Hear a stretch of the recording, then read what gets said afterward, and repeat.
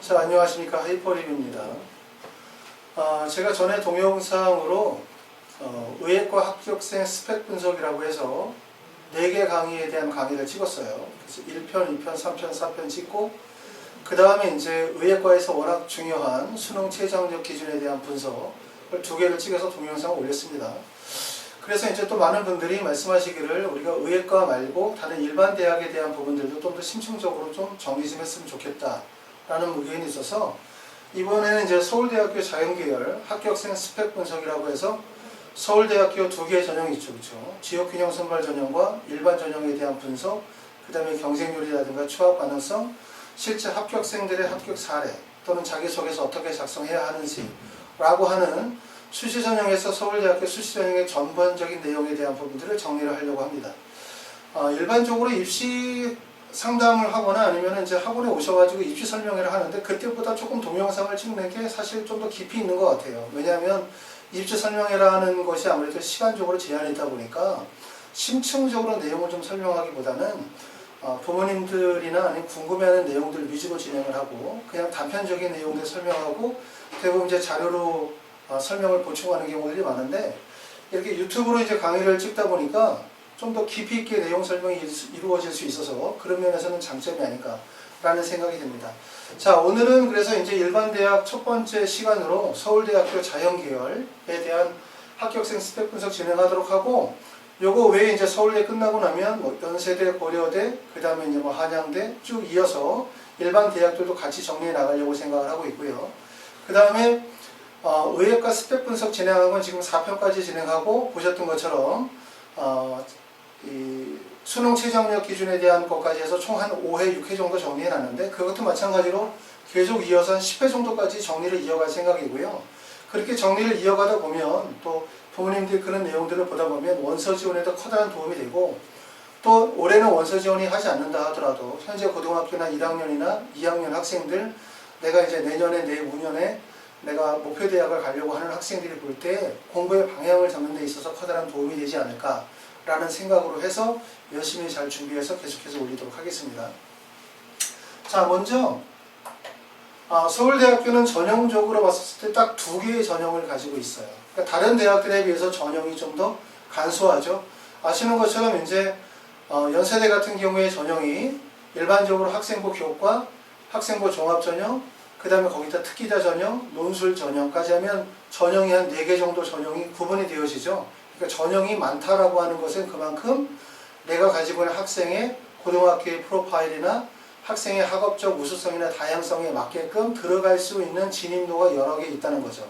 그러니까 한 군데 학생들이 많이 몰리는 일들을 피할 수 있다는 건데 서울대학교는 전형이 이렇게 학생부 종합전형과 전형이 딱 2개밖에 없다 보니까 학생들이 몰릴 수밖에 없어요. 그리고 우리가 서울대학교 자연계열이 인문계열과 다른 점은 서울대학교 인문계열은 서울대학교가 천장이잖아요. 그렇죠? 그러니까 결국은 서울대학교 붙고 다른 대학으로 이동할 가능성이 없어요. 문과는. 그렇기 때문에 서울대학교의 추합률이 거의 없다고 봐야 되겠죠. 하지만 자연계 같은 경우는 서울대학교에서 뽑는 인원이 수시에서 치대나 치의학과나 아니면 의대를 제외한 인원을 보면 한 1180명 정도 뽑는데 그 인원 위에 바로 3000명 정도의 의치한 애대가 있어요. 그러니까 서울대학교에서 의치한 애대로 빠져나갈 수 있는 가능성이 상당히 많이 있기 때문에 결국은 서울대학교는 단지 최초 합격뿐만 아니라 자연계열은 추가 합격의 가능성까지도 같이 봐야 된다는 거죠.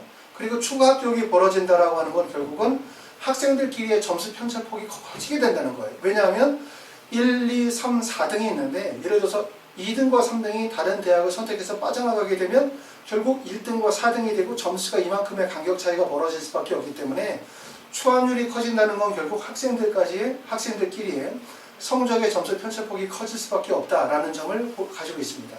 자, 서울대학교의 전형이 이제 지역균형 전형과 일반 전형 2가지가 있는데 사실 지역균형 전형은 학생부 종합전형으로 분류가 되긴 하지만 학생부 교과 전형에 좀 더 가깝다 이렇게 보실 수는 있어요. 2개의 전형적인 차이가 어떤 차이점이 있냐 보면 첫 번째는 서울대학교 지역균형 같은 경우는 아시는 것처럼 소속 고등학교장의 추천을 받아야 되죠. 그리고 이 학생들이 국내 고등학교 졸업 예정자의 지원 자격이기 때문에 재수생들이 지원이 안 된다. 그 다음에 추천을 받아야 된다.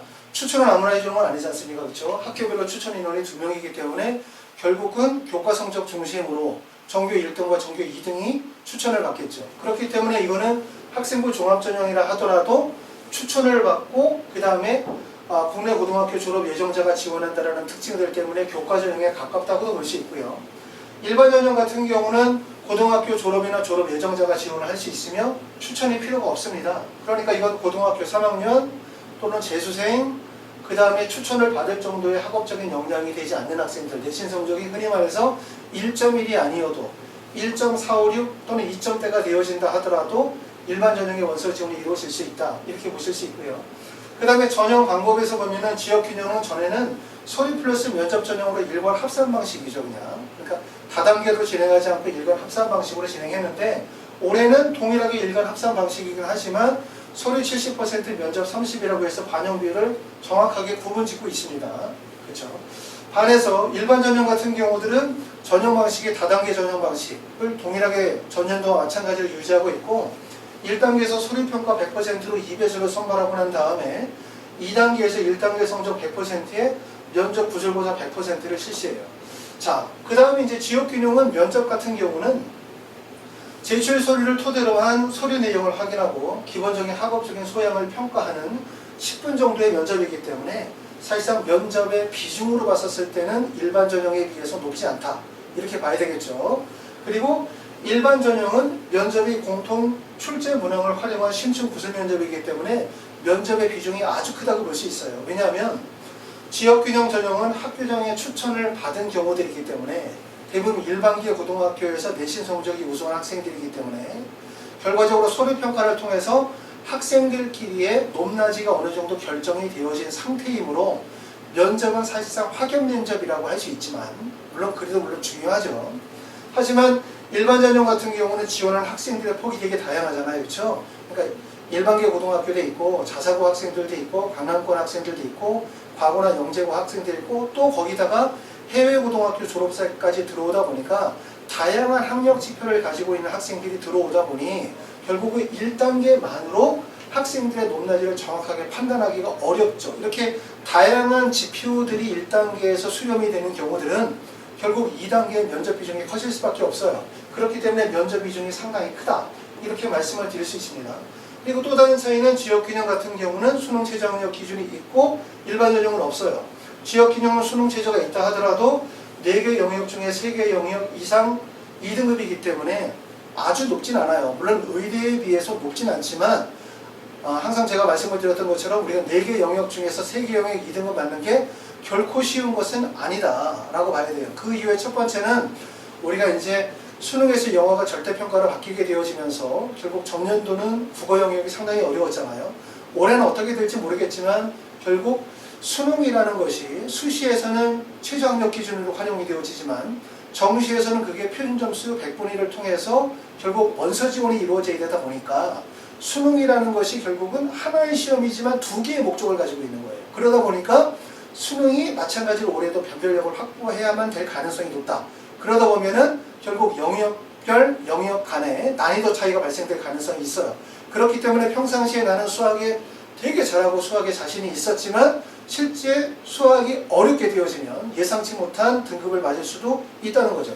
그렇기 때문에 첫 번째는 이 등급 맞기가 되게 어려운 이유고, 두 번째는 뭐냐면 여기 지역균형 전형에 지원한 학생들이 일반계 고등학교 학생이라고 하면 일반적으로 봤었을 때 자사고나 특목고나 강남고 학생들에 비하여 일반적으로 수능에 대한 점수가 낮아요. 일반적으로. 그렇기 때문에 수능 최저학력 기준의 충족에 위험성이 있는 거죠. 그렇죠? 그렇기 때문에 이제 그런 부분이 차이점이고, 일반 전형은 수능 최저학력 기준이 없기 때문에 수능에 대한 부담 없이 원서를 쓴다라고 하는 점, 이 점은 장점이라고 할 수 있습니다. 자, 주로 지역균형 전형에 원서 지원을 하는 학생들은 어떤 학생들이냐면 일반계고 학생 중에서 학교장의 추천을 받은 자, 교과 성적이 아주 우수한 학생들이 지원하는 거 맞죠? 그렇죠? 그 다음에 일반 전형에서 원서 지원을 하는 학생들은 활동의 역량이 높은 우수한 자사고나 강남고나 특목고, 과학고, 영재고 학생들 또는 일반계 고등학생들 중에서도 활동의 역량이 우수한 학생들도 지원할 수 있어요.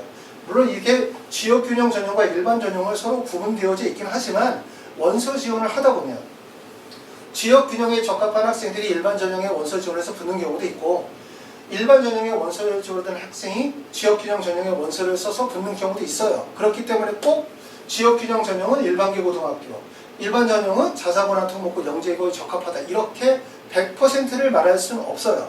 하지만 이제 전반적으로 원서 지원의 패턴이나 경향 또는 지원자들의 흐름을 보면 구분할 수 있다 이렇게 말씀을 드릴 수 있고, 그리고 또 하나는 지역균형 전형이라 하더라도 일반계 고등학교가 아니라 학교정의 추천을 받은 자사고나 강남권 중에 학생들 중에서 교과 성적이 우수한 학생들은 또 원서 지원을 할 수 있죠. 그렇죠? 그 다음에 일반 전형 같은 경우도 마찬가지로 일반계고 학생 중에서 이렇게 지역균형 전형으로 원서를 쓰긴 써야 되는데 고려대 학교정 추천 원투나 카톨릭대학교 학교정 추천 전형에 추천을 받은 학생들, 그래서 학교에서 추천을 2개를 나눠주지 않는 학교들 같은 경우는 서울대를 포기하고 전략적으로 고려대, 서울대를 포기하고 고려대나 아니면 카톨릭대학교 학교정 추천 전형에 원서를 쓰면서 서울대는 일반 전형으로 원서를 쓰는 학생도 있겠죠. 그리고 어떤 경우들은 일반계 고등학교 학생들 중에서 학교정 추천도 받을 수 있는데 문제는 내가 수능 최저의 가능성이 높지 않다라고 판단이 되어지면 이러한 학생들은 어디를 써요? 일반 전형으로 해서 수능 최저 학력 기준의 가능성이 낮은 경우는 일반 전형으로 원서를 쓸 수도 있습니다. 그래서 이렇게 서울대학교는 지역균형 전형과 일반 전형이 나눠져 있고 이런 부분들이 특징적인 부분이 있기 때문에 내가 가지고 있는 여러 가지 전략적인 부분들, 학교 프로파일이라든가 아니면 학업의 우수성을 고려해서 원서 지원의 전형을 잘 선택을 하시면 될 것 같습니다. 자, 다음으로는 지원 현황에 대한 부분들을 한번 살펴보도록 하겠습니다. 첫 번째 이렇게 보시면 서울대학교는 지역균형 전형과 일반 전형 2개가 있는데 당연히 일반 전형의 경쟁률이 높아요. 의대 같은 경우도 일반 전형은 경쟁률이 75명 모집에 601명, 경쟁률이 8.02대 1이고 의학과 지역균형 전형은 4.09대 1이니까 경쟁률이 약 한 절반 정도의 경쟁률이 된다. 그러니까 지역균형 전형으로 가게 되어지면 그만큼 합격할 가능성이 높다고 봐야 되겠죠. 일반 전형에 비해서. 그런데 특징적인 건 뭐냐면 지역균형 전형에 비해서 일반 전형이 추함률이 높아요. 추함률이. 근데 추함률이 높다는 거는 서울대만 이렇게 되는 거예요. 다른 대학들은 일반적으로 봤었을 때 교과 반영률이 높아지면 추함률이 높습니다. 그러니까 학생부 종합보다는 학생부 교과의 추함률이 높고 추함률이 가장 낮은 거는 논술 전형이겠죠. 이렇게 논술 전형은 가장 낮고 학생부 종합이 높고 학생부 종합보다 교과 전형이 높은 이유는 결국은 뭐 때문에 그러냐면 표준화되어진 학력 지표의 반영 비율이 높을수록 추함률이 높아지는 거예요. 그 표준화되어진 학력 지표가 결국은 교과 내신 성적이잖아요. 그렇죠? 그렇죠? 그리고 내신 성적이 높으면 추함률이 높은데 서울대는 내신 성적의 반영 비율이 높은 지역균형 전형의 추함률이 낮아요. 그거는 왜 그러냐면 결국은 위로 올라갈 수 있는 통로가 열려있지 않기 때문에 그러는 거예요. 그러니까 어디가 더 많이 뚜껑이 열려져 있다? 학생부 종합전형이 위로 올라갈 수 있는 뚜껑이 많이 열려져 있다는 거예요. 이거 다음 페이지 보시면 이해가 되세요. 그래서 지금 보면은 추함률이 일반적으로 경쟁률이 높은 학과를 봤더니 서울대는 어디가 경쟁률이 대부분 높냐면 이런 과들 의학과나 생명과학, 화공생명, 그 다음에 자유전공, 재료공학과, 치의학과의 경쟁률이 높아요. 이런 학과들이 경쟁률이 높은 이유는 바로 이 학과들이 의대에 지원하는 학생들이 서울대를 지원하는 경우에 이런 학과들이 대부분 다 몰리고 있기 때문에 그러는 거죠. 그러니까 의대나 치대, 한의대를 원서를 쓰시는 분들은 첫 번째 대표적으로 그냥 의대를 6개를 다 쓰는 경우 또는 의대를 쓰면서 치대나 한의대를 같이 거쳐서 쓰는 경우도 있고 또 경우에 따른 의대를 쓰면서 서울대 일부 학과의 원서를 쓰면서 의대를 같이 쓰는 경우들이 많죠. 서울대를 조금 더 안정적으로 생각하거나 아니면 내가 서울대 특정 학과를 갈 수도 있다 라고 하거나 또는 일부 학교들 같은 경우들은 학교에서 부탁을 하는 경우도 있죠. 서울대 진학률을 높여봐야 되니까 서울대 어디라도 하나 좀 원서 좀 써주십시오 이렇게 부모님들이 선생님들이 부탁하는 경우들이 있어요. 그래서 학생들이 원서를 쓰다 보니까 서울대는 어디를 쓰냐면 의대를 쓰면서 서울대를 쓰는 경우에는 생명과학이나 화학생물공학과나 자유전공이나 재료공학과, 치의학과에 대부분 다 원서 지원에 몰리게 된다. 그러다 보니까 이런 학교들이 추함률이 높게 벌어진다. 그 다음에 서울대에서 경쟁률이 높은 학과는 전통적으로 학생들이 희망하는 학과들이 있어요. 원하는데 대부분 다 원하는 학과는 컴퓨터공학과라든가 전기정보라든가 산업공학과 같은 학과 이런 학과들은 대부분 다 경쟁이 높아요. 그 다음에 수리과학부 같은 경우도 일반적으로 경쟁률이 높고 기계공학과도 꾸준하게 경쟁률이 나오는 학과에 해당이 돼요. 근데 여기 3개의 학과는 경쟁률의 변동폭이 되게 커요. 지금 체크해놨었던 식물동물 생물과학부나 응용생물화학부, 그 다음에 바이오시스템 소재학부가 하나의 단과대학으로 포함이 되어져 있는데 학생들이 이 안에서 눈치작전을 하는 거죠.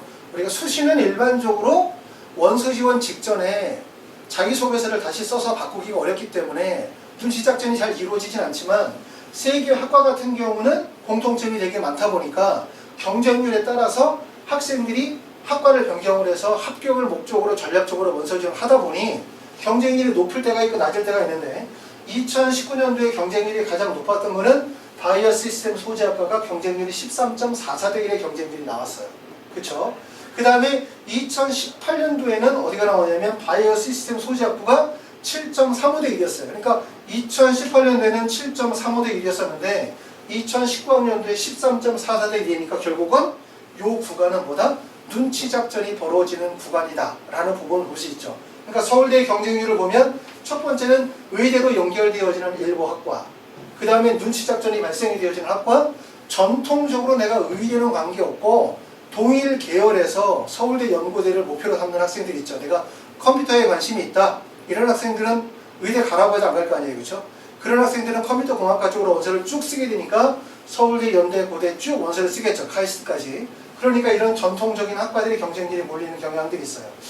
서울대는 지금 인원이 어느 정도 되어지냐면 서울대에서 의대나 치대를 뺀 서울대 인원이 약 1188명 정도 돼요. 의대나 치대를 뺀 나머지 인원을 보면 1188명 정도 되는데 의대에서 수시에서 선발하는 인원이 1808명, 치대에서 수시에서 선발하는 인원이 396명, 한의대가 749명이에요.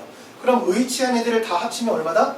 2953명 정도가 된다는 거예요. 그러니까 서울대학교 위에 3000명 정도가 있는 거예요. 뽑는 전형이. 물론 서울대를 쓰고 모든 학생들이 의대에 원서를 쓰는 건 아니에요. 그렇죠? 아까 말씀드렸던 것처럼 의대만 다 쓰는 학생도 있고 의대, 치대, 한의대를 쓰는 사람도 있고 나는 의대를 가라고 해도 안 가는 사람들, 적성이 안 맞는 사람들 많잖아요. 그렇죠? 그런 분들은 그냥 서울대 컴퓨터공학과로 시작해서 쭉 연구대를 쭉 날아서 쓰는 사람들도 있죠. 그리고 또 다른 사람들은 어떤 사람들이냐면 의대, 치대, 한의대를 쓰면서 서울대를 같이 연계해서 원서를 쓰는 사람들, 그리고 그 중에서 만약에 서울대와 의대를 붙었었을 때 서울대를 포기하고 의대로 넘어가는 학생들도 있죠. 그래서 추합이 발생이 되어질 수 있기 때문에 서울대 자연계열에서 우리가 원서 지원할 때 주목할 부분은 결국은 뭐냐면 서울대 합격하고 난 다음에 의치한의대에 합격을 해서 이동할 경우를 생각해야 돼요. 추합 가능성을. 그 점을 우리가 보실 필요가 있다는 점이고요. 자, 그 다음에 이제 세 번째는 우리가 충원 가능성에 대한 부분들을 한번 살펴보자 라고 했습니다. 자, 여기 앞 페이지입니다. 충원 가능성을 보면은 충원 가능성에서 보면 지역균형 전형이 있고 일반 전형이 있어요. 아까 말씀드렸던 것처럼 일반적으로는 충원율이 어디가 높으냐? 교과 반영비율이 높을수록 충원율이 높아야 돼요. 그게 정석이죠. 그렇죠? 그런데 서울대학교는 지역균형 전형이 일반 전형보다 충원율이 낮아요. 이상하죠. 그렇죠? 그건 아까도 설명을 드렸지만 결국은 지역균형 전형은 뻗어나갈 수 있는, 옆으로 이동하거나 위로 옮겨갈 수 있는 이동 가능성이 적다는 거고 일반 전형 같은 경우는 이동 가능성이 되게 높다는 거예요. 그렇기 때문에 추합을 노리시는 분들은 지역균형 전형보다는 어디로? 일반 전형의 원서 지원을 가셔야 되겠죠. 자, 서울대학교 지역균형 전형 같은 경우 보면 경쟁률이, 충원율이 가장 높았던 게 생명과학부가 31.3%, 화공생명이 10.5% 정도 두 개 학과가 가장 많이 몰렸고요. 그 다음에 충원율이 많이 벌어지는 일반 전형의 학과를 보면은 생명과학부가 32명 중에 7명, 21.9%. 그 다음에 화학생물공학부가 47명 중에서 6명, 12.8%. 그 다음에 건설환경이 31명 중에서 4명 정도. 그 다음에 기계공학과가 57명 중에 3명 정도의 초합률이 벌어졌어요. 자, 이거는 2019학년도에 초합률을 정리해 놓은 거고, 제가 2017, 2018, 2019학년도에 3개년도에 추합률을 통계적으로 봤었을 때 추합이 많이 발생될 수 있는 구간은 어디냐라고 하면 지금 보는 것처럼 생명과학, 화공생명, 그 다음에 자유전공, 재래공학과, 그 다음에 치의학과, 여기가 추합률이 가장 높게 발생될 가능성이 높아요. 이 추합률이 발생되는 가장 큰 이유는 여기에 붙은 학생들이 어디를 간다? 의치한 애대로 빠져나갈 가능성이 높다는 거죠. 그렇기 때문에 추합이 발생되겠죠. 서울대학교 생명과학과에 붙은 학생들이 예를 들어서 고려대학교의 생명과학과로 옮겨가진 않을 거 아니에요. 그렇죠? 그렇기 때문에 여기에 지원해서 붙은 학생들이 대부분 다 어디를 간다? 의대로 간다고 볼 수 있어요. 근데 요 학과들이 아니라 일부 학과에서 취업이 발생이 되기도 해요. 대표적으로 식품 영양학과라든가 바이오 시스템이라든가 이런 학과들 또는 그 외에 뭐 다른 여러 개의 학과들에서 취업이 발생이 되어지는데 취업은 두 가지 경우가 있겠죠. 첫 번째는 서울대를 복권한 다음에 의치 않은 대로 빠져나가는 경우, 두 번째는 서울대를 붙었지만 학과적으로 부적합한 경우, 그리고 내가 연대나 고대나 카이스트에 원서를 썼는데 그 학과의 적합성이 더 판단되는 경우죠.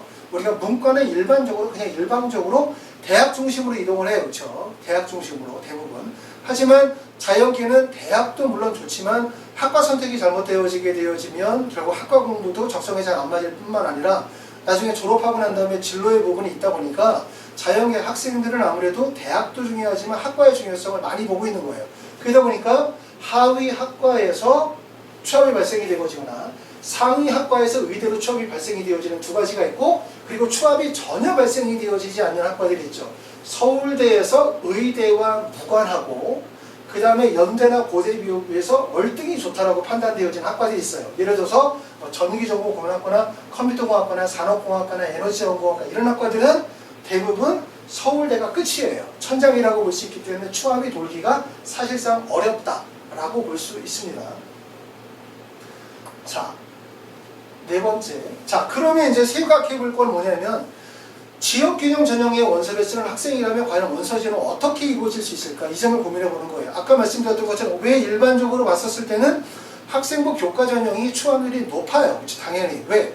학생부 교과라고 하는 내신 성적은 모든 대학에서 동일하게 평가할 수 있는 기준이라고 할 수 있기 때문에 내신 성적이 1점 이하, 그럼 대학들마다 반영하는 비율에 약간의 차이가 있을지 모르겠지만 1.2는 어느 대학을 가도 1.2로 평가를 받는 경우들이 많죠. 그런데 예를 들어서 학생이 가지고 있는 수상 경력이라든가 동아리 활동이라든가 아니면 세특에 기재되어지는 내용들은 대학에 따라서 평가 기준이 달라질 수가 있어요. 그렇기 때문에 교과 성적이 표준화되어진 학력 지표인데 왜 교과 성적의 반영 비율이 높은 지역균형 전형이 서울대학교는 일반 전형보다 취업률이 떨어질까? 이 점을 생각해 볼 필요가 있고, 두 번째는 내가 만약에 일반 전형으로 서울대를 쓴다면 나는 어디에 원서를 쓸 수 있을까를 한번 생각해 봅시다.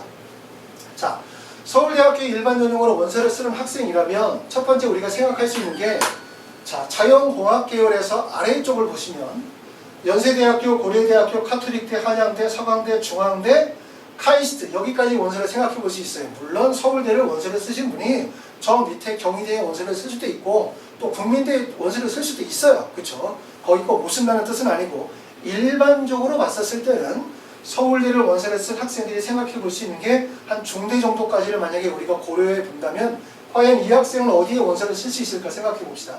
첫 번째는 서울대학교는 지역균형 전형이 수능 최저가 있어요. 근데 좀 전에 보셨던 것처럼 4개 영역 중에 3개 영역 각 2등급이기 때문에 최저가 높진 않아요. 근데 만약에 두 가지겠죠. 서울대의 지역균형 전형으로 원서를 쓰면서 수능 체제에 자신이 있는 학생이라면 원서 지원이 다 이루어지지만 특히 보면 고려대학교 학교 추천 1, 2는 둘 중에서 하나를 원서를 쓰겠죠. 그쵸? 근데 여기는 어떻게? 수능 체제가 높단 말이에요. 그쵸? 여기 전형은. 그러다 보니까 만약에 내가 서울대학교에 원서를 쓰는데 수능 체제에 대한 자신이 높지 않은 학생이라면 원서를 쓸 수 있는 경우가 서울대학교 원서를 쓰시게 되어지고, 그 다음에 두 번째는 연세대학교 전형에서 둘 중에 하나를 선택할 가능성이 높죠. 왜냐하면 면접형과 활동 우수형을 둘 다 원서를 쓸 수는 있어요. 중복 지원이 가능하긴 하지만 둘 다 원서를 쓰는 데는 좀 부담이 있고, 그 다음에 활동 우수형이 올해부터 수능 최저 학력 기준이 없어졌죠. 그렇죠? 그렇기 때문에 둘 중에서 원서를 하나 쓰거나, 고려대학교는 수능 최저가 있기 때문에 사실상 어렵다는 거예요. 그 다음에 카톨릭대학교 학교장 추천을 받는 경우는 의예과에 해당되는 거고, 한양대학교 교과 전형에 원서를 쓸 수 있는데 한양대학교 교과가 꽤 높아요. 그렇죠? 그 다음에 서강대학교 학업형 같은 경우나 중앙대학교의 학생부 교과형의 원서를 쓰게 되는 가능성이 높아요. 그러니까 결국 서울대를 원서를 쓰는 학생들이 자칫하면 여기까지 떨어지게 되는 거예요. 그렇죠? 연대가 사실상 어떻게 보면은 연세대학교가 일반적으로 봤었을 때 서울대보다 더 붙기가 어렵다 이런 말 많이 하거든요. 왜냐하면 서울대하고 연대하고 지원하는 학생들도 다를 뿐만 아니라 대학에서 뽑고자 하는 방향성도 좀 차이가 있기 때문에 결국 운이 좋은 학생들은 서울대에 붙을 수 있지만 서울대에 떨어지는 경우들은 연대 떨어지고 난 다음에 마지막에 걸리는 게 어디에 걸리냐면 한양대에 걸리거나 중대에 걸리는 경우들이 상당히 많아요. 그렇죠? 중대 밑에까지 떨어지는 경우는 많지 않아요. 왜냐하면 중앙대학교가 그 학생부 교과 전형과 학교장 추천 전형과 다빈치 전형으로 해서 내신 반영 비율이 높은 3개의 전형들이 있고 이 3개의 전형에 중복 지원이 가능하기 때문에 그렇죠. 그런데 우리가 서울대학교를 지역균형으로 원서를 쓰는 학생들이 어떻게 서울대 띄워지고 중대에서 붙기를 바라진 않을 거예요. 그렇죠? 최소한 서울대에 원서 주는 학생들이 연대나 고대에서 붙기를 바라지만 사실상 이 중간이 제일 어렵다는 거예요.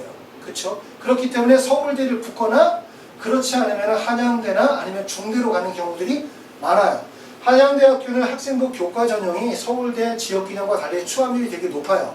추함률이. 그렇기 때문에 교과 전형으로 원서를 한다면 추함률이 높게 벌어질 수 있고 대신 이제 한양대학교를 학생부 교과 전형으로 원서지를 하려면 내신 성적이 상당히 높아야 되겠죠. 이거는 한양대학교 홈페이지에 가시면 3개년도에 대한 합격생들에 대한 교과 성적의 평균 점수가 나와 있으니까 대략적으로 참고하시면 될 것 같아요. 그래서 무슨 말이냐면 우리가 일반계 고등학교 하더라도 내신 중심으로만 공부를 하다 보면 결국은 대학이 막힌다는 거예요. 여기서 가만히 보시면 지원할 수 있는 게 서울대, 연대, 한양대, 서강대, 중앙대. 그러나 사실은 연세대학교 어렵고 그러면 서울대, 중대나 한양대 이렇게 원서 쓰게 되는 거고 그 다음에 만약에 의대를 생각한다 그러면 이쪽으로 넘어갈 거 아니에요. 그렇죠? 근데 의대를 넘어간다고 생각을 해도 지금 여기서 보시는 것처럼 의대는 대부분 다 수능 최저 학력 기준이 있어요.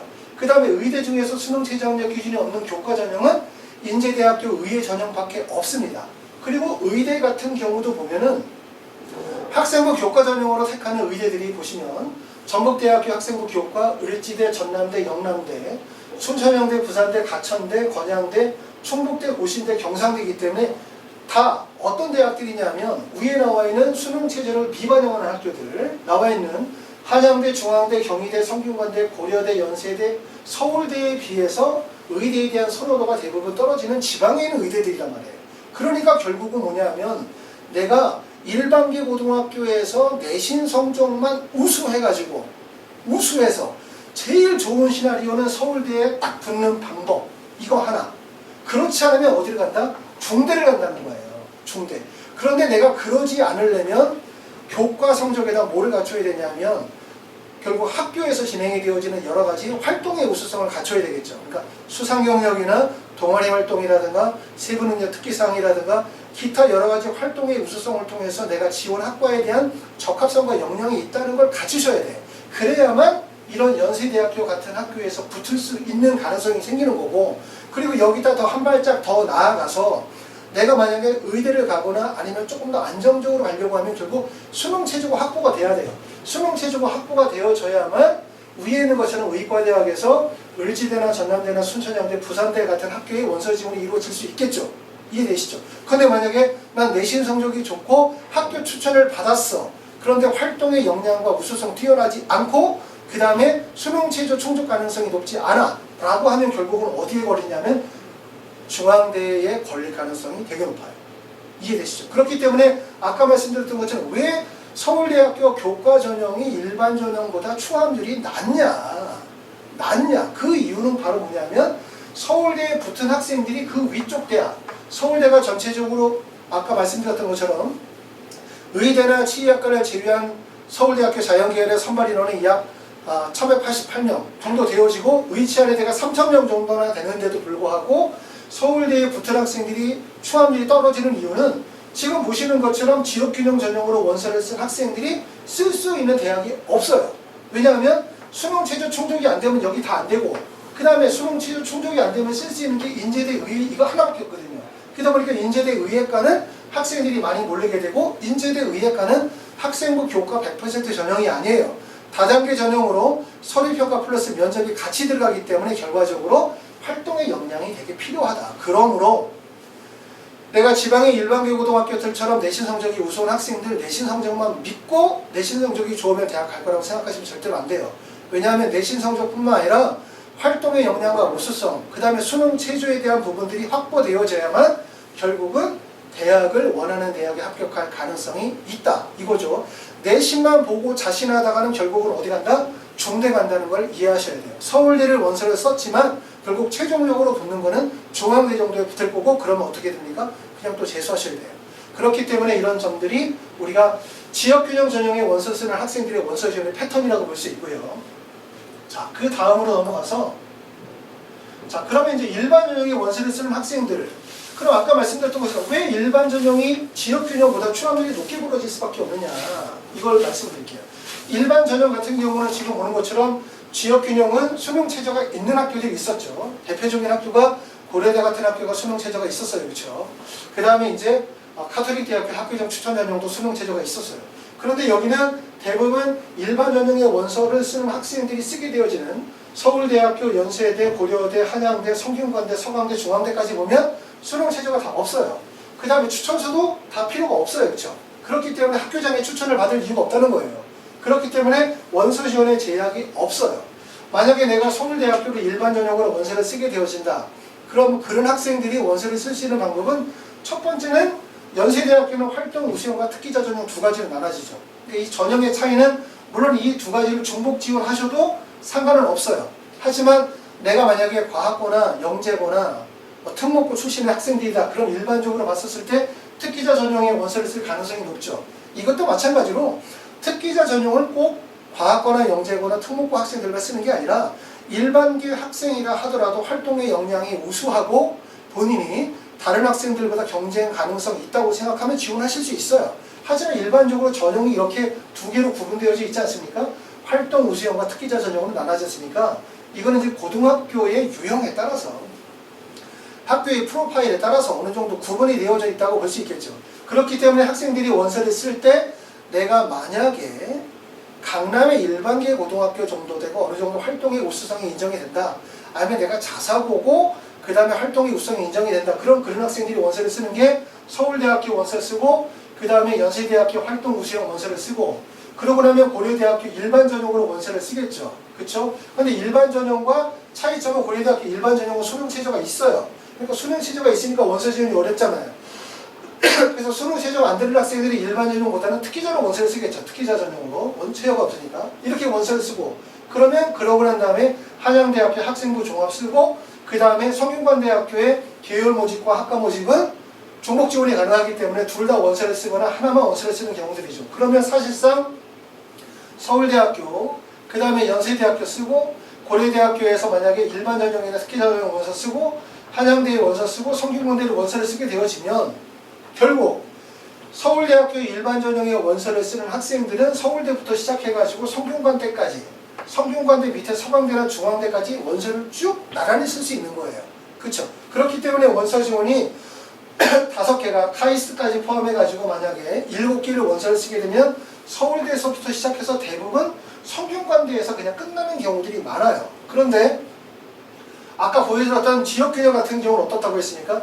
서울대의 원서를 쓰고 난 다음에 연세대의 원서를 쓸 수 있으나 붙기가 되게 어려울 것 같고, 고려대 같은 경우는 수능 최저가 안 되니까 떨어지고, 그 다음에 한양대는 교과 성적이 높으니까 결국 붙는 게 이쪽 라인에서 붙는 거예요. 중간이 없다고도 볼 수 있어요. 그만큼 되게 위험하고, 반대로 얘기해서 일반 전형 같은 경우들은 지금 보시는 것처럼 서울대부터 시작해서 중대까지의 원서 지원할 수 있는 대학들이 쭉 나열이 되어져 있죠. 그렇기 때문에 일반 전형으로 원서를 쓰는 학생들이 원서 지원은 훨씬 더 쉽고, 그 다음에 서울대학교 일반 전형을 써서 붙은 학생이 연세대학교나 고려대나 한양대로 내려가진 않겠죠. 서울대학교 일반 전형으로 붙었으나 그 학과가 본인이 생각하는 학과가 아니야. 적합성이 떨어져.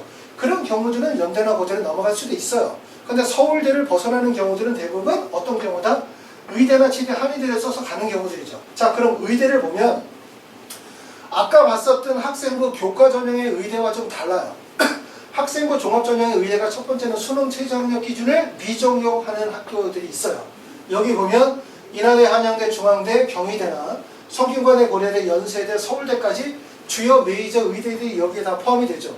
그 다음에 4개 영역 등급 합 5를 요구하는 학교들이 보면 고려대학교 일반 전형 또는 고려대학교 학교 추천 원투, 아주대 에이스나 한림대학교 학교생활 우수자, 울산대학교 학생부 종합 면접이에요. 그 다음에 하나를 요구하는 학교가 이화여대, 당국대, 경북대, 그쵸? 전북대나 가천대 의예과, 또는 여기 나와 있는 것처럼 카톨릭대, 학교적 추천 전형 이런 전형들이 다 어디에 해당이 된다?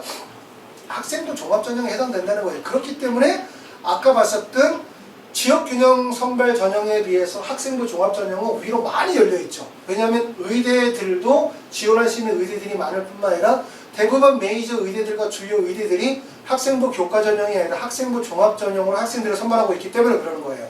그렇기 때문에 서울대학교 일반 전형은 위로 올라가도 이동 가능성이 높고 서울대학교 일반 전형에 적합한 학생은 아래로 원서를 쓰게 되어진다 하더라도 붙을 가능성이 되게 높은 거예요. 그렇기 때문에 이제 두 개를 딱 조합하면 결국 결론은 뭐냐, 내가 대학에 갈 수 있는 가장 좋은 답은 뻔한 얘기지만 핵심 뭐냐면 교과 성적이죠. 첫 번째는 교과 성적인데 교과 성적만 자신 있다고 해서 대학을 가는 건 절대로 아니다. 그렇기 때문에 결국은 활동의 우수성이 있어야 돼요. 활동의 우수성. 활동의 우수성을 갖춰야 되고 활동의 우수성을 갖추기 위해서 그만큼 뭐가 필요하다? 학생부에 대한 체계적인 관리가 반드시 필요로 하다는 점을 말씀을 드리고요. 여기에다가 결국은 수능에 대한 최저학력 기준이 충족이 되어지면 결국은 서울대를 지원하면서 하위대학에서도 안정적으로 붙을 수 있을 뿐만 아니라 서울대를 지원하면서 의예과 쪽으로도 지원할 가능성이 높아지게 되는 거고 또 이렇게 원서 지원을 하게 되어지면 최초 합격뿐만 아니라 추가 합격의 가능성도 넓어지는 거예요. 이해되시죠? 그런데 아까 말씀드렸던 것처럼 반대로 넘어가서 이렇게 서울대학교를 만약에 지역균형 전형으로 원서를 써야 되는 상태라고 한다. 예를 들어 지역균형으로 원서를 써야 되는 상태다.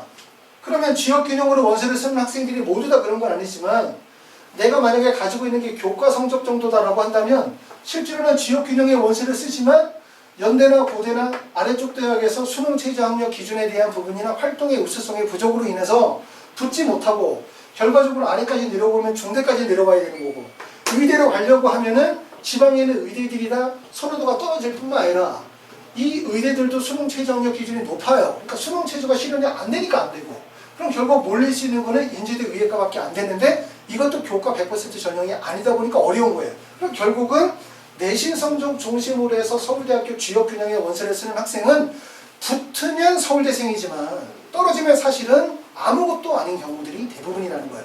하지만 일반 전형의 학생들은 서울대를 떨어져도 최소한 연대나 고대나 한양대 아니면 의대에서 붙을 가능성이 되게 높아요. 그렇기 때문에 우리가 앞으로의 공부 방향은 여전히 교과의 반영비율이 높다 하더라도 활동의 우수성에 대한 학생부 기재관리에 대한 필요성, 그 다음에 두 번째는 수능 최저학력 기준을 충족하는 것이 입시의 정답이다. 이렇게 말씀을 드릴 수가 있습니다. 자, 다음으로는 합격생들의 스펙을 한번 보면서 하나하나 분석을 해보도록 할게요. 자, 우리 합격생 스펙은 하이퍼리뷰 홈페이지에 가시면 저희 하이퍼리뷰 활동하는 멘토들이 한 3,000명 정도 멘토들이 활동을 하는데 그 멘토들의 합격생 스펙을 여러분이 좀 더 보실 수 있어요. 그래서 궁금하신 분들은 하이퍼리뷰 홈페이지에서 좀 보실 수 있도록 하시고요.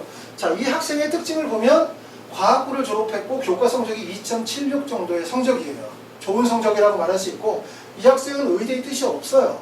그렇기 때문에 서울대, 연세대, 고려대, 카이스트, 성균관대, 한양대까지 원서를 썼고 서울대는 조선해양, 나머지는 신소재로 쭉 원서를 썼어요. 반도체로. 그러니까 아까 보였었던 것처럼 학생부 종합전형의 원서를 쓰는 학생은 서울대가 아니더라도 아래대학에서 부른다는 거예요. 이렇게 크게 떨어지지 않고. 그렇기 때문에 이 학생은 연대, 고려, 카이스트, 성균관대, 한양대까지의 원서 지원이 이루어졌고 그리고서 최종적으로 지금 붙어 다니는 거는 서울대학교 조선해양과에 합격을 해서 다니고 있는 거죠. 그렇죠? 그래서 이렇게 학생부 종합전형, 서울대학교 일반전형의 원서를 지는 학생들의 원서 지원의 폭이 이렇다. 이 학생들처럼 의대를 쓰지 않는 경우에서는 대부분 서울대, 연대, 고대, 카이스트, 성균관대, 한양대 쓰게 되고 대부분 이 학생은 특기자 전형으로 원서 지원이 몰려 있어요. 자, 그 다음에 두 번째는 서울대학교 자유전공학에 합격을 한 학생의 예를 보면 이 학생은 경북의 일반계 고등학교, 자, 서울대학교 일반 전형의 자유전공학부에 원서를 썼고 내신 성적은 1.23 정도입니다. 그러니까 경북의 일반계 고등학교 내신 성적이 1.23 정도 되어지면 첫 번째 생각할 수 있는 거는 지역균형 전형으로 원서를 쓸 수도 있어요. 그렇죠? 학교형 추천 전형으로. 그런데 아까도 말씀드렸지만 이 학생이 서울대 일반 전형으로 원서를 쓴 이유는 고려대학교 학교 추천 전형으로 원서를 썼기 때문에 그러겠죠. 그러니까 이 학생이 생각할 때 서울대학교 자유전공을 만약에 일반 전형으로 원서 썼을 때는 교과 성적이 아주 높은 편이 아니기 때문에 불리할 수 있다라는 판단. 그렇기 때문에 서울대는 지역균형 전형이 아닌 일반 전형으로 원서를 쓰게 되고 고려대학교의 추천을 받아서 고려대학교 학교 추천원으로 원서 지원을 했어요. 그래서 최종적으로는 서울대학교에 붙었고 고려대에 불합격했고 카톨릭대 학교장 추천 의예과에 원서를 써서 불합격했고요. 인제대학교 학생부 교과 의예과 원서를 써서 불합격했습니다. 그 다음에 한림대학교는 1차는 붙고 떨어졌어요. 그러니까 결국은 이 학생이 떨어진 거를 가만히 보면은 뭐냐면 원서 지원을 되게 잘했다고도 볼 수 있어요. 떨어진 이유는 고려대학교 불합격했고 카톨릭대학교 불합격, 그 다음에 한림대학교 불합격한 3개의 이유는 결국은 수능 최저에 미충족이에요. 수능 최저가 안 되니까 다 떨어진 거고, 그 다음에 인제대학교는 수능 최저가 없음에도 떨어진 이유는 학생부 교과 80%에 소리평가 20%, 2단계에서 1단계 80은 면접 20%인데 인제대학교 학생부 교과 의예과의 교과 평균이 80%가 1.14 정도 나와요. 그렇기 때문에 이 학생이 1.23이니까 부족했죠. 아까도 말씀드렸던 것처럼 학생부 교과 성적의 우수한 학생들이 의예과를 가려고 하면 수능 최저를 미반영하는 전형은 인제대학교, 그 다음에 교과 의예 이거밖에 없어요. 그렇죠? 인제대학교 이거밖에 없다 보니까 이 전형으로 학생들이 많이 몰리게 되고, 그러다 보니까 내신 성적이 교과 80% 컷이 1.14니까 떨어진 거죠. 그런데 이 학생이 마지막에 어디에 붙었다? 서울대에 붙었다는 거예요. 그러니까 아까도 제가 말씀을 드렸던 것처럼 수능 최저 안 되고 교과 성적만으로 활동의 우수성 없이 대학을 가는 건 모험이에요. 사실상. 왜냐하면 이 학생이 붙었으니까 지금 서울대학교 자유전공학부에 다니고 있는 거지, 만약에 서울대에 떨어졌다고 하면 서울대, 고대, 카톨릭대, 인제대, 한림대까지 다 떨어지는 거예요. 그리고 마지막에 붙으면 어디 붙는다? 중대 정도에서 합격할 가능성이 되게 높다는 거죠. 그러니까 한편으로는 원서 지원을 되게 잘했다고도 말씀드릴 수 있고, 한편으로는 되게 위험한 전략일 수밖에 없다. 그러므로 우리가 일반계 고등학교뿐만 아니라 공부를 하시게 되어질 때 이 교과 성적만으로 대학을 갈 수 없다는 점을 잘 아셔야 돼요. 그렇기 때문에 교과 성적뿐만 아니라 활동의 우수성이나 수능 체제에 대한 충족 가능성 반드시 필요하다, 이런 말씀이고요. 자, 그 다음에 이제 서울대학교 산업공학과에 합격한 학생의 예를 보겠습니다. 이 학생은 내신 성적이 좀 안 좋아. 1.49죠. 경남의 일반계 고등학교인데 이 학교의 진학률을 보니까 2018년도에 서울대 수시 2명, 정시 0명, 진학률이 높지 않죠. 그냥 일반계 고등학교입니다. 진학률은 89.8%예요. 진학률이 높아요. 진학률이 높다는 게 꼭 좋은 건 아니죠. 왜냐하면 일반적으로 명문계 고등학교라는 학교들은 대부분 진학률이 좀 낮죠. 왜냐하면 대학의 높이와 기대치가 크다 보니까 실제 대학을 붙어도 학생들이 재수하는 비율이 높다는 거예요. 그러니까 이만큼 89% 정도 대학을 간다는 거는 학생들이 대학에 대한 기대치나 높이가 그렇게 높지 않다, 이렇게 볼 수 있고, 전무대 진학률은 1.0%인데 대학교 진학률이 80.8%예요. 이건 또 이 학교가 어느 정도의 지방의 일반계 고등학교임에도 불구하고 학업 역량을 갖춘 학교다 라는 것을 보여줄 수 있는 거라고 생각됩니다. 이 학생은 어디에 원서를 썼냐면 서울대학교 일반 전형의 산업공학과에 원서를 쓰고 연세대학교 활동우수형 고려대학교 학교장 추천을 받았어요. 산업공학과 성균관대학교 학생부 종합전형으로 해서 원서 지원을 했는데 최종적인 결과는 서울대학교에 최종 합격했고 고려대학교에 최종 합격했고 그 다음에 성균관대학교와 여기 불합격을 했죠. 자, 어떤 결과가 있냐면 첫 번째는 연세대학교가 서울대보다 더 어렵다는 거예요. 그러니까 우리가 원서 지원을 하시게 되었을 때 정시처럼 생각하면 안 돼요. 그러니까 대학의 서열을 정하는 거죠. 서울대, 연대, 고대, 성황대 이렇게 막 정하는 거. 이런 것들은 일반적으로 정시 중심으로 생각하는 거거든요. 대학이 서열이 정해질 수 있는 거는 동일한 학력 지표를 가지고 있을 때. 그러니까 수능 성적으로는 서열을 정할 수 있어요. 하지만 수시는 대학들마다 평가 기준이나 선발 방식이나 전형 방식이 다 다르기 때문에 어떤 대학이 무조건 어떤 대학보다 낫다라고 판단할 수 없고, 대학 선정에 있어서 제일 중요한 부분들은 학생이 가지고 있는 여러 가지 학업적인 스펙과 가장 일치하는 대학을 찾는 게 가장 중요하겠죠. 그러다 보니까 이 학생은 연세대학교 활동 우수형은 전년도에 수능 최저가 있었어요. 그렇죠? 그러니까 수능 최저가 있었기 때문에 1차 합격했다는 얘기는 결국 수능 최저 미충족이 된 가능성이 높죠. 그렇기 때문에 일반계 고등학교 학생들의 단점은 결국은 뭐냐면 활동의 우수성과 수능 최저에 대한 불확실성이라는 거예요. 그러니까 수능 최저가 안 되다 보니까 떨어진 거고, 이것도 수능 최저가 안 되다 보니까 떨어진 거고, 그러고 난 다음에 이렇게 성균관대 같은 경우들은 두 개의 학생부 종합 전형이 두 개가 있죠. 올해 같은 경우는 계열 모집과 학과 모집 두 개가 있지만 성균관대가 사실 되게 어려운 학교라고 볼 수 있어요. 왜냐하면 연대나 고대 같은 경우는 학생부 교과, 학생부 종합, 특기자 전형, 논술 전형으로 전형이 세분화되어져 있어요. 하지만 성균관대는 그냥 학생부 종합 전형이 두 가지가 있다 보니까 결국 다양한 지표와 프로파일을 가진 학생들이 한 지역에 다 몰리게 되죠.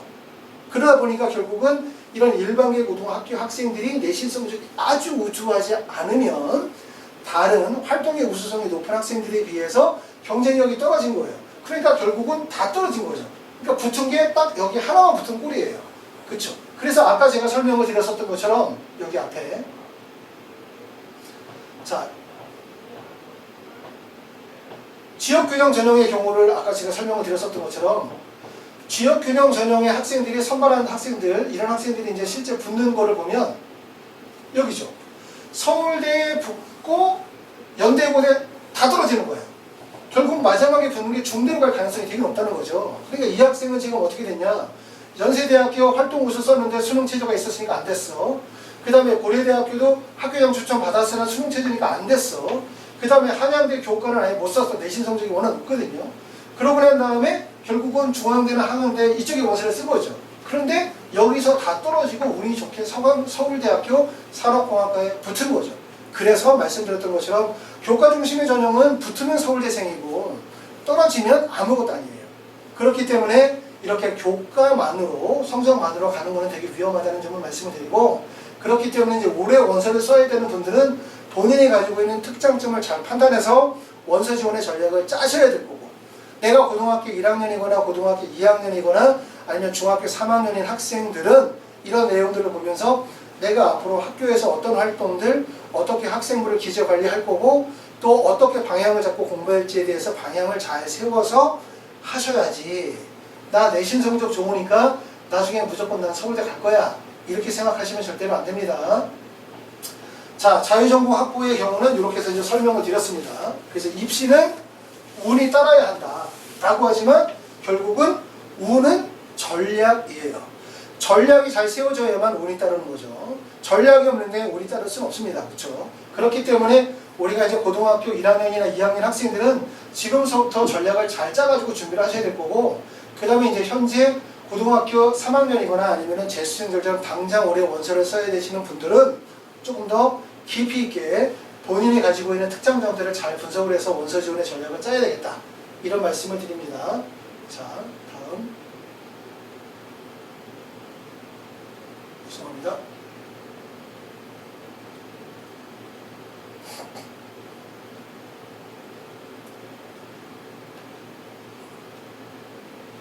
자, 그 다음에 이제 마지막으로 이제 자기소개서 작성에 대해서 설명을 드릴게요. 자소서는 우리가 이제 서울대학교는 이렇게 1, 2, 3, 4번 있잖아요. 그렇죠? 1번 문항에서는 학업에 기울인 노력이라고 해요. 학업. 그 다음에 2번 문항에서는 활동에 대한 얘기들. 그 다음에 세 번째는 배려 나눔 갈등 관리. 그 다음에 네 번째는 영양물질 책 3권에 대한 내용을 쓰는 거예요. 그렇죠? 그런데 자기소개서는 서울대학교 같은 경우는 사실 자소서의 영향력이 그렇게 높다고 생각하진 않아요. 왜냐하면 자소서의 영향력이 제일 높은 건 어디냐면 재외국민 전형이라는 게 있어요. 그렇죠? 미국에서 3년 정도, 12년 정도 해외에서 이수하고 난 다음에 국내로 들어오는 학생들, 이런 학생들이 자소서가 왜 되게 중요하냐? 이런 전형들 중에서 면접이 있거나 없는 전형들이 있어요. 그런 전형의 자소서의 중요성이 크고, 서울대의 자소서가 중요성이 떨어진다고 생각하는 이유는 첫 번째는 일반 전형 같은 경우에 면접 시에 자기소개에 관련된 질문이 거의 없어요. 대부분 공통 제시문을 통해서 학생이 어떻게 구설 면접을 진행하기 때문에 자소서에 대한 질의응답이 별로 없다는 점, 이 점이 특징이고, 두 번째는 지역균형 선발 전형 같은 경우도 대부분 1단계에서 학생들의 학업적 역량을 기반으로 하고, 그리고 경쟁률이 아주 높은 편이 아니기 때문에 자소서의 영향력이 좀 떨어진다고 말씀드릴 수 있어요. 이 자소서가 예를 들어서 저 밑에 가면은 뭐 경희대나 아니면 한국외대보다 서울대의 자소서의 영향력이 크다 이렇게 말씀을 드릴 수는 없어요. 아무래도 경희대나 아니면은 한국외대, 이화여대 뭐 등등 세종대나 이런 학교들이 자소서의 영향력은 더 클 거예요. 서울대보다. 그런데 물론 이 크다 작다의 기준을 떠나서 내가 만약에 1점이라 하더라도 자소서에 반영이 되어지는 게 단 1점이라도 한다면 자소서는 당연히 되게 중요한 영향력을 갖겠죠. 왜냐하면 성적이 우수한 학생들은 그 안에서의 성적 차이가 크지 않을 테니까. 서울대를 지원하는 학생의 성적과 세종대를 지원하는 학생의 두 개의 차이를 나면 격차가 많이 벌어지겠죠. 하지만 서울대를 같이 지원하는 학생들끼리에서의 교과 성적이나 활동의 우수성의 편차를 따지면 사실 편차가 거의 없다고도 할 수 있을 거 아니에요. 허수를 뺀 나머지는. 그렇기 때문에 결국은 자소서의 영향력이 큰 거예요. 근데 서울대의 자소서는 어떻게 써야 된다고 생각하냐면, 일반 대학의 자소서에서 여러분들이 자소서 쓸 때 주로 많이 강조하는 거는 학업적인 부분과 그 다음에 활동에 대한 부분들을 많이 강조해서 써요. 학업과 활동을 이렇게 활동. 그러니까 이게 이제 학업이나 활동이라고 하는 게 결국은 본인이 가지고 있는 우수성을 강조하기 위해서 포인트를 많이 두는 거죠. 나는 이제 고등학교 때 예를 들어서 생명과학이나 화학이나 물리에 대해서 어떤 흥미를 가지고 어떤 과정을 진행했고, 그리고 난 학교에서 어떤 소논문을 작성을 했고, 뭐 이런 과정들을 쭉 쓰겠죠. 그리고 난 다음에 대회에 나가서 뭘 했고, 활동했었던 내용을 써라. 그럼 주로 학생들이 쓰는 게 논문 작성했었다라든가 탐구 보고서를 작성했다든가 또는 학교에서 리더십 관련된 활동을 했다. 이렇게 대부분 다 학업이나 활동 중심의 포인트를 많이 쓰고 그럴듯하게 글을 쓴단 말이에요. 그런데 서울대학교는 어차피 특징이 이거 아닙니까? 공부를 못하는 학생이 서울대에 원서를 쓰진 않잖아요. 그렇죠? 대부분 다 활동의 역량도 되게 뛰어날 뿐만 아니라 학업적 우수성이 뛰어난 학생들이 원서 지원을 하겠죠. 제가 생각할 때는 서울대의 자소서에서 핵심은 결국은 뭐냐면 1번과 2번이 아니라 3번과 4번이 핵심이에요. 그러니까 다른 대학의 자소서는 대부분 다 1번과 2번이 핵심이에요. 서울대를 제외한 나머지 대학에서는 학생들마다 학력 차이나 활동의 우수성의 차이가 있다 보니까 결국은 학업이나 활동에 대한 부분들을 얼마나 지원학과에 적합하게 적합한 활동을 했고 우수성이 인정이 되는지를 쓰는 게 포인트라면, 서울대의 자소서는 학업이나 활동의 우수성으로 포인트가 안 살아요. 이거는. 그리고 대학에서 이런 부분들을 그렇게 중요하게 생각하지도 않아요. 서울대에서 가장 중요한 부분들은 3번에 나와 있는 배려나는 협력 활동과 4번에 나와 있는 독서에 관한 부분들이 상대적으로 되게 중요하다고 생각하고, 서울대 자소서에서 제일 중요한 부분은 제가 생각할 때는 참신성과 독창성이에요. 참신성과 독창성. 이게 가장 살아야 된다고 생각하고, 이 참신성과 독창성이 사는 자소서를 쓰려면 어떻게 써야 되냐면 학생이 직접 써야 되거든요. 그러니까 자기소개서를 내가 쓰기가 어려워. 나는 그래서 선생님한테 부모님이 아니면 첨삭해주는 업체에 맡겨서 글을 쓴다. 이렇게 쓰게 되면 문제가 뭐냐면 유사도 검사에 걸리는 게 문제가 아니에요. 다른 사람이 학생의 글에 많이 참여하게 되어지면 어떤 문제가 생기냐면 학생이 가지고 있는 특징이 사라지고 글은 유연해지며 논리적이에요. 그럴듯해 보이지만 특징이 사라지게 되고 학생이 가지고 있는 참신성이나 독창성은 살아나지 않는다는 거죠. 절대로. 그렇죠? 이 점을 꼭 명심하셔야 돼요. 서울대 자소서의 핵심 포인트는 학업과 활동의 우수성이 아니다. 가장 포인트는 참신성과 독창성을 강조하는 것이다. 그리고 그 안에서 본인의 실제 경험과 배우고 느낀 점들이 살아나야 되겠죠. 그렇죠? 그래서 자기소개서를 쓰실 때는 첫 번째, 자소서는 일기가 아니다. 이 점이에요. 반드시 상대가 읽고 공감할 수 있는 글을 써야 되고요. 왜냐하면 입학사정관이나 교수님을 앞에다 두고 본인의 고등학교 과정에서의 학업이나 활동이나 배려나 나눔 또는 고등학교 때 읽던 책 3권에 대해서 입학사정관이나 교수님께 직접 설명한다는 생각을 하시면서 글을 쓰셔야 될 것 같고요. 두 번째는 결과가 아니라 과정이나 노력이라는 점을 꼭 아셔야 돼요. 대부분 자기소개서를 쓸 때 저는 이러이러한 것에 관심을 갖고 이렇게 했습니다. 이렇게 쓰는 경우들이 많아요. 결과 중심으로 글을 쓴다는 거예요. 결과 중심의 글을 쓰는 경우는 어떤 경우에 결과 중심의 글을 쓰냐면, 첫 번째는 과시하고 싶을 때, 자랑하고 싶을 때, 그 다음에 두 번째는 내가 아닌 다른 사람이 대신 글을 써줄 때, 아니면 세 번째는 부모님이 글에 참여하면 대부분 결과 중심의 글을 써요. 뭔가 잘했다는 것, 뛰어나다는 걸 보여주고 싶기 때문에. 하지만 자소서는 결과 중심의 글이 아니라 결국 과정과 노력이 살아나야 된다는 점을 아셔야 되고요. 세 번째는 자기소개서를 첨삭하는 업체나 시중에 나와 있는 자기소개서 작성법의 책들 모든 곳에 보면 똑같이 나와 있는 내용이 대학의 입학 주의 학과 소개나 커리큘럼을 이용하는 거. 이걸 얘기를 많이 해요. 대학의 인재상 또는 대학의 특징, 대학의 커리큘럼, 대학의 전공 소개, 이거를 알고 써야 된다. 이런 얘기 많이 하는데 절대로 자소서는 이렇게 써서는 안 된다고 생각해요. 왜냐하면 자기소개서는 대학마다 문항마다 차이가 있긴 하지만 보통 4개 문항에 해서 약 4,500자 정도 쓰는 거 아니에요. 1000자, 그 다음에 1000자, 1500자, 1000자, 1000자 정도 되면 4,500자 정도 쓰는 건데 이 4,500자의 글이 학생의 진정한 경험과 활동 그리고 그 안에서 학생의 역할이 드러나야 돼요. 그래야지 학교 홈페이지에서 글을 따서 쓰는 거 또는 저는 이러이러해서 만약에 서울대학교가 저를 뽑아주신다면 저는 아무리 서울대학교에다가 제사를 지내도 서울대학교에서 절대 학생을 뽑아주지 않아요. 그러니까 서울대 좋다, 서울대 뽑아주면 이렇게 하겠다 이런 게 아니라 내가 얼마만큼의 역량과 그 다음에 활동의 우수성, 참신성이 있는지를 드러냄으로 인해서 서울대에서 나를 뽑고 나에 대해서 궁금하게 만드는 게 핵심이겠죠. 그렇기 때문에 나의 경험과 나의 생각이 아닌 다른 사람의 글을 자소서에도 옮겨서 붙이는 것은 절대로 하면 안 된다. 이런 얘기고요. 그 다음에 또 하나는 말씀드렸던 것처럼 경험이 특별한 것이 아니라 생각이 특별해야 된다. 다시 말하면 활동을 나열하려고 하지 말고 그 안에서 본인의 생각을 담으시려고 해야 돼요. 그리고 한 줄만 읽어도 뻔한 자소서는 좋지 않다. 결국은 독창성이 살아야 된다는 거죠. 자소서를 쓸 때 유사도에 문제가 되느냐 안 되느냐가 중요한 게 아니에요. 어차피 똑같으면 뭐 유사도고 뭐고 관계없으니까 제일 중요한 거는 합격하기 위한 자소서를 쓰기 위해서는 학생이 써야 되고 그리고 참신성과 독창성이 살아나야 돼요. 그래서 이제 하이퍼리뷰 저희에서 자소서 첨삭을 진행을 하는데 저희는 어떻게 진행을 하냐면 예전에는 학생이 자소서 초안 써가지고 첨삭을 요청하면 첨삭 선생님한테 바로 연결했어요. 그럼 첨삭 선생님 학생하고 만나서 글을 써요. 대부분의 업체들이 그렇게 글을 써요. 그러면 어떻게 글을 쓰냐면 학생이 써놓은 글을 기반으로 해서 그걸 완성을 하게 되는 거죠. 그럼 글이 바뀐다 안 바뀐다? 안 바뀌는 거예요. 단지 뭐만 바뀐다? 글의 겉모습만 바뀌는 거예요. 유연해지고 논리적으로 바뀌는 거예요. 그럼 어떤 글이 나온다? 학생이 있던 특징은 사라지게 되어지고 모호하고 결과 중심의 그럴듯한 자소서가 나오는 거예요. 이렇게 쓰면 절대로 안 되고 자소서 첨삭은 어떻게 해야 되냐면 학생이 초안을 쓰면 그럼 제가 학생이 쓴 초안하고 학생의 학교생활 기록부를 받아서 학교 그 지원 대학의 자소서에서 맞게끔 학생의 특장점을 분석을 해가지고 자소서의 구조를 설계해야 돼요. 이 학생의 장점이 뭔지, 이 학생의 활동의 역량에서 어떤 부분을 강조해야 될지 이런 부분들 하면서 학생하고 계속 피드백을 해서 글을 써서 학생이 본인이 가지고 있는 참신성과 독창성이 자소서에 묻어날 수 있도록 최대한 작업을 해야 돼요.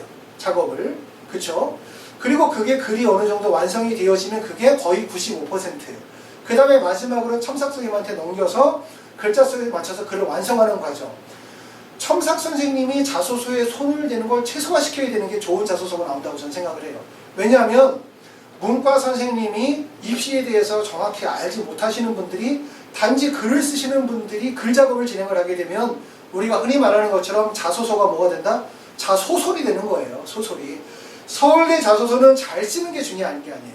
못 써도 관계없어요. 대신 그 안에서 학생이 가지고 있는 참신성과 독창성이 문항별 포인트에 맞게끔 지원하는 학생들과 경쟁력을 갖출 수 있는 자소서를 구성하는 게 핵심이라고 보실 수 있어요. 아시겠죠?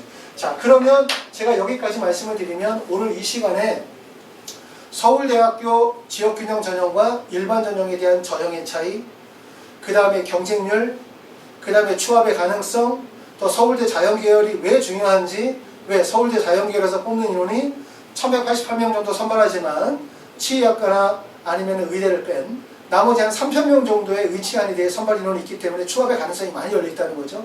그거 설명했고 그 다음에 실제 붙은 학생들이 어떻게 원서 지원이 이루어지고 있는지에 대한 거, 그 다음에 이렇게 자기소개서 작성법에 대해 설명을 드렸고 저희 블로그를 가시면 실제 합격한 학생들의 자소서가 많이 있어요.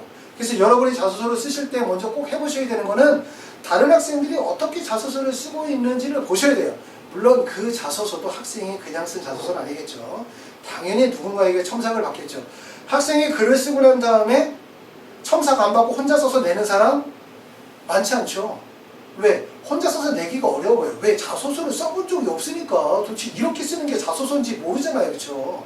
그렇기 때문에 학교 선생님이든 또는 예를 들어서 뭐 학원 선생님이든 첨삭 업체든 어딘가에다 맡겨서 첨삭을 받게 되는 거예요. 그런데 그 첨삭을 받는 것이 중요하다는 거죠. 왜? 불필요하게 많은 부분을 뜯어 고쳐가지고 학생이 가지고 있는 특장점을 없애는 것이 아니라 학생의 장점을 살리면서 대학의 모집 요강이나 입시 요소에 맞게끔 쓰는 게 되게 중요하다는 거예요. 자, 그래서 오늘은 서울대학교 자연계열에 대해서 정리를 했지만 사실은 서울대학교, 그 다음에 의대, 그 다음에 밑에 연세대, 고대대, 한양대나 성균관대까지 같이 정리가 다 된 거예요. 그렇죠? 다음 시간에는 어디를 정리하면 연세대학교 자연계열을 정리할 거예요. 그럼 연세대학교 자연계열을 쓰면서 서울대를 지원하거나 아니면 한양대나 성균관대 또는 의치하는 대로 지원하는 전반적인 내용들을 같이 보실 수 있겠죠. 그렇죠? 그렇기 때문에 이렇게 하나씩 내용을 정리하시게 되어지면 여러분들 입시에 좀 더 도움이 되지 않을까라는 생각이 듭니다. 감사합니다.